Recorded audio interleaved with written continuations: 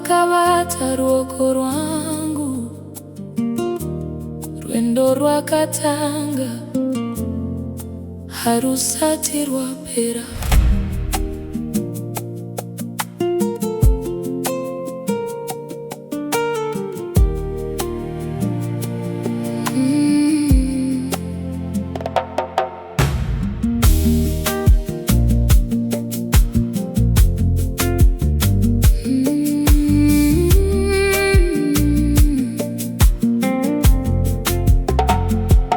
Kuva zuva randakasangana newe, mepo yakatanga kuimba zita rako.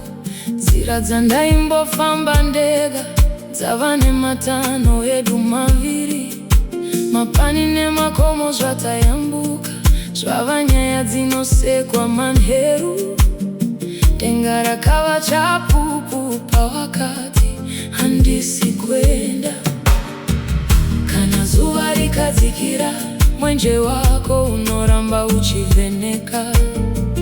Kana nyika ikanyarara, moyo yedu ndiyo inoramba ichimba. Nzira yedu inonyorwa netsoka dzedu, mazuva ose tichisiya tsoka dzerudo pasi.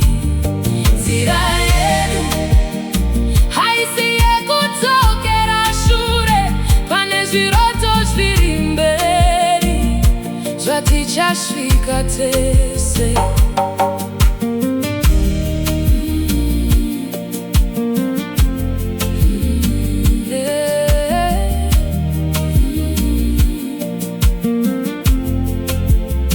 Mangwanani anouya nekunuhwirira kwemvura yadonhera pauswa. Unonditarisa woseka zvinyoro, ndobva ndakanganwa kuneta kwese. Nguva inomhanya isingaonekwi, asi rudo rwedu harukurirwi nayo.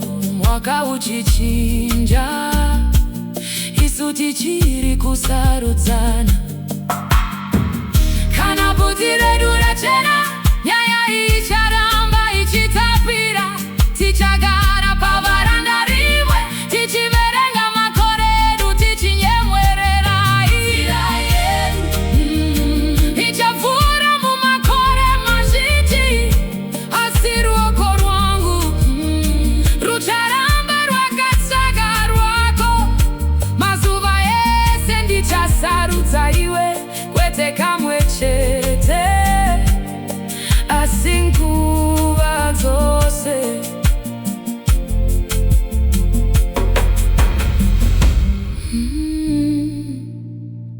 Rwendo rwacho harusi kupera, ruchiri kutanga.